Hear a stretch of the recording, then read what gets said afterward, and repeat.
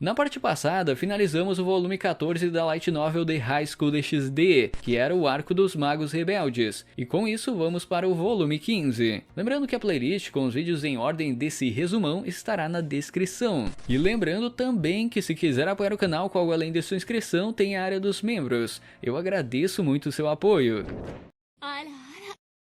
Antes de iniciar o resumo desse volume 15, eu preciso explicar que ele é composto por histórias extras misturadas com a história da linha principal do DxD. Por exemplo, os capítulos que têm o nome Vida são extras contando alguma história do passado, e os capítulos que têm o nome de Episódio são histórias do presente dessa época do volume 15. Nesse vídeo eu vou focar um pouco em cada um dos episódios, que se passa após o Arco dos Magos e mostra o Issei e o resto do grupo esperando por notícias da Rias, que tinha ido para Romênia investigar o conflito entre os vampiros. Eu posso definir também que esse volume é uma preparação para o andar do Arco dos Vampiros, que irá acontecer no volume 16. Os capítulos Vida eu não vou resumir aqui por terem informações que irei adicionar em outros vídeos futuramente, então não vai fazer falta hoje no caso. Com isso explicado, sem mais enrolação, bora para o episódio 1. Esse capítulo começa mostrando o Issei e a Ravel tendo uma conversa sobre os últimos eventos envolvendo o Euclide Lucifugos, que é um dos novos líderes da Chaos Brigade.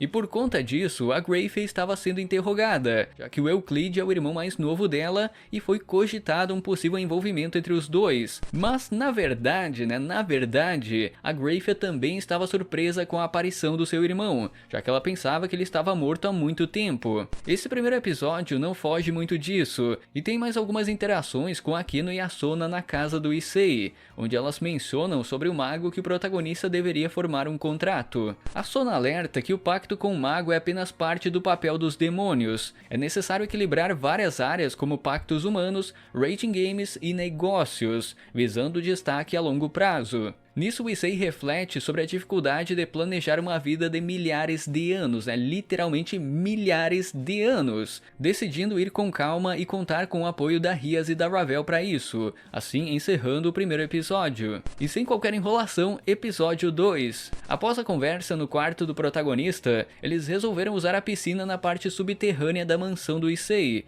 onde estavam presentes todos que eu citei do episódio 1, mais a Benia, a Ásia, a Xenóvia, a Irina, a Koneko, o Gasper e os dragões lendários Fafnir e a Office, todos aproveitando para relaxar na piscina. Sendo que o assunto era novamente sobre o grupo que havia atacado eles no volume passado, e isso é mais aprofundado com a chegada da Kuroka e da Lefei, ressaltando que a Kuroka chegou provocando esse miserável do protagonista, com a heroína abraçando e sentando no colo dele, como se fosse algo totalmente normal para ela.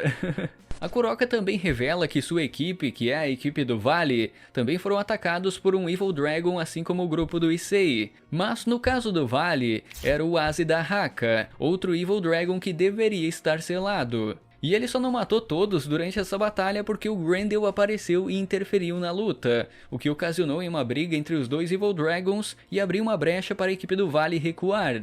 Então podemos contar mais um dragão lendário envolvido com a Chaos Brigade, e os problemas só vão escalonando cada vez mais. Além disso, a Ravel menciona que identificou o grupo dos magos que atacou eles anteriormente, que é o Exenat. Basicamente é uma organização que possui a Incinerate Aten, uma das 12 Longinos mais poderosas de DxD. E assim como eu falei antes, os problemas só vão escalonando sem fim, porque ainda também tem os problemas com os vampiros, a guerra entre os vampiros. E é muita coisa acontecendo em tão pouco tempo na obra, é muita coisa mesmo. Com isso dito, vamos para o episódio 3. Esse episódio tem ligação direta com o capítulo Vida 2, onde Akeno contou um pouco sobre seu passado e como ela conheceu a Rias. Mas eu não vou me aprofundar muito nisso hoje, porque eu ainda pretendo colocar essas informações no vídeo exclusivo da Akeno futuramente, então não vai fazer falta. No episódio 4, a conversa muda para por que as heroínas ficaram mais ousadas com o Issei ultimamente,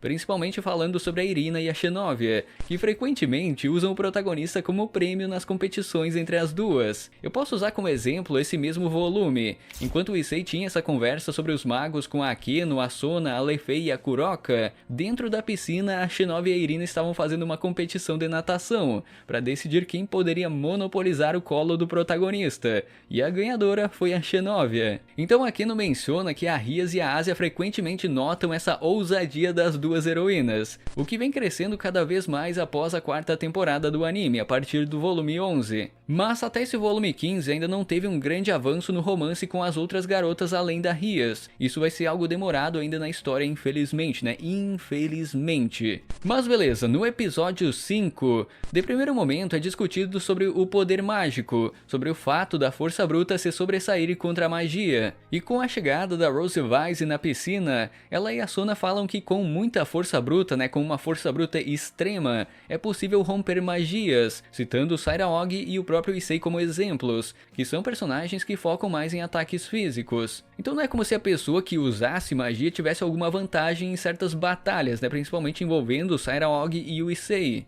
No meio dessa conversa, a Kuroka sugere que a Lefei faça um contrato, faça um pacto com o protagonista, já que ela é uma bruxa, né, uma maga experiente com um poder considerável. Nisso a Ravel iria avaliar a possibilidade disso, já que a Lefei tinha um histórico de terrorismo por fazer parte da equipe do Vale, algo que poderia manchar um pouco a reputação do Issei. Mas ainda assim, ela sabe que a Lefei seria a melhor opção para esse pacto por ser já uma conhecida do protagonista. Além disso, durante essa conversa tem a chegada também da Griselda e dois homens, que eram o Slash Dog e o Dúlio Gesualdo. Pra quem não tá ligado, a Griselda é uma ex-exorcista, e atualmente é um anjo reencarnado que serve a equipe do Arcanjo Gabriel, ou da Gabriel, já que ela é uma mulher opaizuda.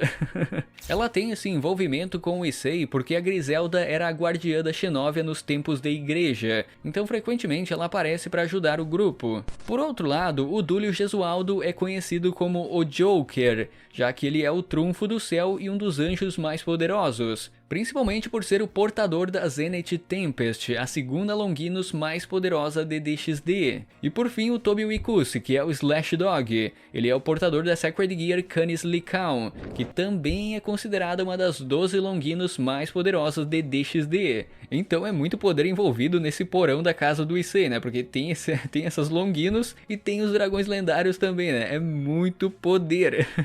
No caso do Tobio, ele tem sua própria equipe e trabalha separado dos demais, assim como é com o Vale. Geralmente o Slash Dog trabalha nas sombras a mando da Grigori ou diretamente do Azazel. Nesse caso, o Tobio explica que veio a pedido do Azazel para ajudar o Issei e o seu grupo nos bastidores, e se ofereceu para treinar com eles. O Dúlio também se voluntariou dizendo que o Arcanjo Micael mandou ele para apoiar os jovens, consequentemente deixando o Issei extremamente animado, vendo nisso uma oportunidade rara de treinar contra possuidores de Longinus. Claro, não só o Issei, mas a X9, a Irina e a Asia também se empolgaram com essa proposta. No entanto, todavia, eles não poderiam começar logo esse treinamento porque ainda precisavam discutir sobre os problemas envolvendo os vampiros, assim finalizando o episódio 5 e o ponto de vista do Issei. Os 4 últimos episódios desse volume são focados no ponto de vista do Azazel e do Kiba, que estavam acompanhando a Rias na Romênia. Primeiro falando sobre o lado do Azazel, ele foi encarregado de visitar a facção Carmilha, mas a reunião foi adiada por estarem ocupados no momento, provavelmente preparando respostas às movimentações da facção Tepes. E enquanto ele esperava pela reunião, o Vale junto com sua equipe, com exceção da Lefei e da Kuroka, encontraram Azazel secretamente na cidade, para discutirem sobre os últimos acontecimentos envolvendo os Evil Dragons e o Santo Graal, que estava com a Valerie Tepes. Aparentemente tudo isso estava conectado com o Santo Graal e os vampiros, ainda mais sabendo que essa Longinus pode manipular almas, então não seria estranho, né, alguém ter usado o Santo Graal para ressuscitar os dragões lendários, esses Evil Dragons. Por outro lado, falando sobre o ponto de vista do Kiba, ele e a Rias ficaram confinados em um quarto da Casa Vlad, que é a casa do Gasper, enquanto esperavam pela reunião com o líder da facção Tepes. E no final do episódio é revelado que a nova líder da facção era a Valerie Tepes, e que a Rias deveria ser levada até ela, assim encerrando esse volume 15. O que deixa esse final do volume estranho é literalmente o fato de uma mulher estar no posto de líder da facção Tepes, já que era uma facção dos vampiros que prezava pelos homens no poder, e mesmo com a Valerie sendo a portadora do Santo Graal, dificilmente isso mudaria. então com certeza tem alguma coisa estranha. No próximo volume, que será o 16, teremos como foco o arco dos vampiros na Romênia. No mais era isso, a partir desse volume eu tentarei resumir um volume por vídeo, e fazer esses vídeos com mais minutagem, né, serem mais longos. Eu vou organizar melhor meu tempo para produzir isso. Particularmente, é muito melhor ter um vídeo longo com todas as informações do volume do que separar por partes, assim como eu fazia com os vídeos anteriores aqui da playlist. E é isso, inscreva-se, confira o sininho, vire membro se quiser, e até uma próxima!